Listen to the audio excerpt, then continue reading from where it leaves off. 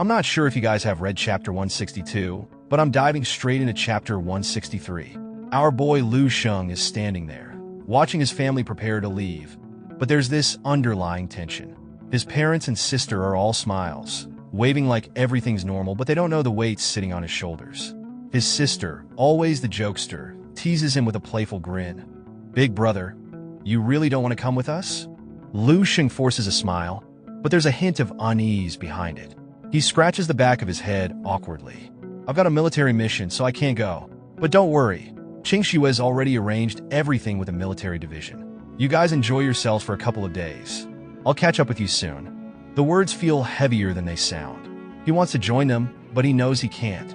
His dad, already seated in the car, leans out the window with this proud, reassuring grin.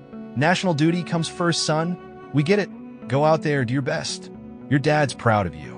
Lu Sheng's chest tightens for a second, hearing that. It's like the weight of his responsibilities is crashing down on him. But seeing his family happy, even just for a moment, gives him a sense of relief. He waves them off, trying to keep that smile on his face until their car disappears from sight. The second they're out of view, his expression changes, his eyes darken, and his hand tightens around his phone as he quickly dials the colonel. The colonel picks up immediately, his voice brisk. "Don't worry, Lu Sheng. We've already dispatched a special team of generals and fighter planes. They'll be at the military division in 2 hours." Lu Sheng's voice softens, but you can hear the exhaustion in it. "Thank you." There's more than just gratitude. There's a quiet desperation. Sensing the tension, the colonel's tone shifts to concern. "No problem. But about the Black Demon Society you mentioned. I've informed the local military division, and we'll cooperate with your plan. Are you sure you don't need me to send an expert? The Black Demon Society isn't something to take lightly." The weight of the situation hangs in the air, and Lu Sheng knows that what's coming is far more dangerous than anyone else realizes. The colonel's voice takes on a grave tone as he continues. 6 years ago, the South Division clashed with the Black Demon Society. They faced one of the 9 of the 72 demon gods, Demon God Paimon. 5 A-rank star general teams surrounded him, alongside 4 top star generals boasting combat powers of 15 stars and above. Despite their strength, Paimon injured 7, killed 3, and managed to escape. The city was left in chaos after that. There's a heavy silence as the colonel pauses, letting the weight of his words sink in. One of our top star generals, full of potential, was lost in that battle. For a long time, the military struggled to cope with the aftermath. The top 10 demon gods are even stronger than our best generals. Lu Sheng, you could be walking in a serious danger if you face them alone. But before the colonel can say more, Lu Sheng interrupts with a confident chuckle, a spark of defiance in his eyes. "Me in trouble, Colonel? You must be joking." His smirk is full of bravado. They're the ones who should be worried. The only reason these rats hiding in the gutter are a problem is because you never know when they'll jump out and bite. But once that element of surprise is gone, they're the ones in danger. He casually glances at the Saint Poison in his hand, twirling it like it's just another toy. "Just toss a little bait into the trap to lure them out of the gutter, right, Colonel?" Meanwhile, about 10 miles away, a figure crouches behind cover, watching Lu Sheng through binoculars. When Lu Sheng suddenly turns and looks in his direction, the spy jolts in terror, dropping to the ground, trembling. How? How did he see me from over 10 kilometers away? It must have been a coincidence. Gathering his shaky nerves, he dares to peek at Lu Sheng again, muttering to himself, "Yeah, coincidence. There's no way someone from the Dragon Nation could be that powerful. Only one of the top 10 demon gods could have that kind of range, right?" Unbeknownst to him, Lu Sheng wasn't just guessing. He's been aware of him the entire time, a smirk playing on his lips. He tells the colonel, "They're already here. I've activated my full psychic power. It covers a 30-kilometer radius. Better than satellite surveillance. Finding a few of these rats won't be difficult." The atmosphere is thick with tension, the impending confrontation hanging in the air. Lu Sheng's unwavering confidence clashes with the colonel's concerns, setting the stage for a showdown that could change everything. Though, Lu Sheng adds with a casual shrug, a hint of confidence in his voice. "Probably just on patrol." The colonel's expression tightens, but he replies, "Understood, Lu Sheng. Follow your plan, but be careful." There's a protective undertone in his voice, a recognition of the danger lurking in the shadows. Lu Sheng nods firmly. Thank you, Colonel. He hangs up, a spark of determination igniting within him, ready to face whatever comes next. As the call ends, the Colonel sets his phone down on the desk, leaning back in his chair with a furrowed brow. He rubs his temples in confusion, muttering to himself, I'm getting old. Here I am, a colonel in the military, yet I don't have half the decisiveness or courage of that 20-year-old kid. He glances out the window, the weight of responsibility settling heavily on his shoulders. Based on the power Lu Sheng showed during the competition, if someone from the top 10 of the Black Demon Society shows up, things could get messy. If two of them appear, he'll have no choice but to retreat. But why am I even worrying about him? The Marshal was right. This boy will be remembered, whether he steps back or charges forward.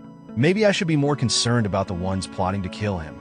Meanwhile, the spy, still lurking in the shadows, whispers urgently into his communicator. The target has entered the high-speed rail station, preparing to leave by his city for the capital.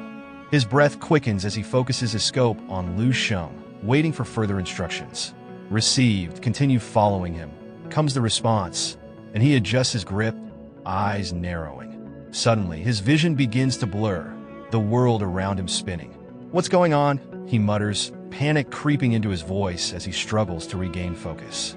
Little does he know, he's already been taken out, the threat eliminated without him even realizing it. Back with Lu Sheng, he turns to his subordinate with cool efficiency. Terrorist, 1 kilometer at 7 o'clock. I've already handled him. Send someone to clean it up. His voice is steady, a testament to his growing prowess. A man on the other end of the line hesitates, disbelief evident in his tone. Wait, are you sure? All right, I'll send someone over right away. Several minutes later, a group of men dressed in matching uniforms arrives at the scene, their faces a mix of shock and awe. One of them stares at the aftermath, disbelief etched into his features. This is ridiculous. If I hadn't seen it with my own eyes, I'd never believe it. He's only 20. What in the world is going on? The scene is charged with tension, the mix of fear and respect palpable in the air. Lu Sheng's rise is just beginning, and the world around him is shifting, ready for the storm that's about to come. Inside the train, Lu Sheng sits with an air of calm, gazing out the window as the world rushes by. The rhythmic clatter of the train tracks creates a serene backdrop, but the tension brewing within him is palpable. A female officer approaches, her demeanor professional but tinged with anxiety. It will take 1 day and 1 night to reach the capital, which should be enough time to lure the rats out. Captain Go AIing from the Dongyi Provincial Military Division will be meeting the Admiral, and I'll be cooperating with him in this operation. Please give me any orders. Lu Sheng glances at her, a casual wave dismissing her formalities. Relax. I just need you to do one small thing for me this time. Nothing troublesome. There's a reassuring tone in his voice, but beneath it lies an undercurrent of urgency. The female officer wipes her brow, now sweating nervously. Yes, sir.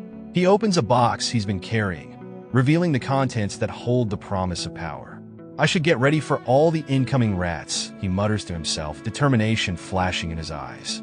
In his mind, strategies swirl as he plans ahead. Rank it, Otherworld Marrow. Brace for impact. Suddenly, without warning, Lu Sheng unleashes a massive surge of energy. The air around him crackles with raw power as he shouts, 7 immortal cells. The sheer wave of energy forces the female officer to stumble back, her eyes wide with shock as she grapples with the magnitude of his abilities. The intensity of his power is almost overwhelming, an undeniable reminder of the storm that's brewing. The scene shifts abruptly to a dimly lit underground lair in the capital, where a man paces back and forth, frustration radiating from him. He clutches his head in anger, the tension in the air thick enough to cut. Damn it, he shouts, his voice echoing off the cold stone walls. Jiro's signal got cut off. He's probably dead by now. In the shadows of the room sits a familiar figure from Lu Sheng's past, a nemesis he hasn't seen in years, eyes narrowed and calculating. Next to him, a woman reclines in her chair, the essence of calm exuding from her, a smirk playing at the corners of her lips. She speaks coolly. Where is the target now? The yellow-haired boy beside her, eager to impress, leans forward, his voice dripping with anticipation. According to the last report, The target should be on his way to the capital. Total travel time is 50 hours. The tension in the room is palpable as the pieces begin to fall into place, setting the stage for an inevitable confrontation. Lu Sheng's journey is just beginning, and the stakes are rising higher than ever. Upon hearing this, the woman's smile widens, a sinister gleam in her eyes.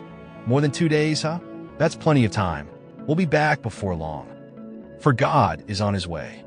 Her words drip with confidence, an ominous promise of the chaos that's about to unfold. The yellow-haired boy leans forward, eyes gleaming with malice, a wicked grin stretching across his face. How dare these Dragon Nation fools even think of attacking nobles like us? His voice is laced with venom, every word brimming with anticipation. This time they'll pay a heavy price. Fire blazes in his eyes as he envisions their impending victory. That's it for today's video. Thanks for sticking around till the end. If you enjoyed it, hit that subscribe button and leave a comment if you're up for next part of this manhwa.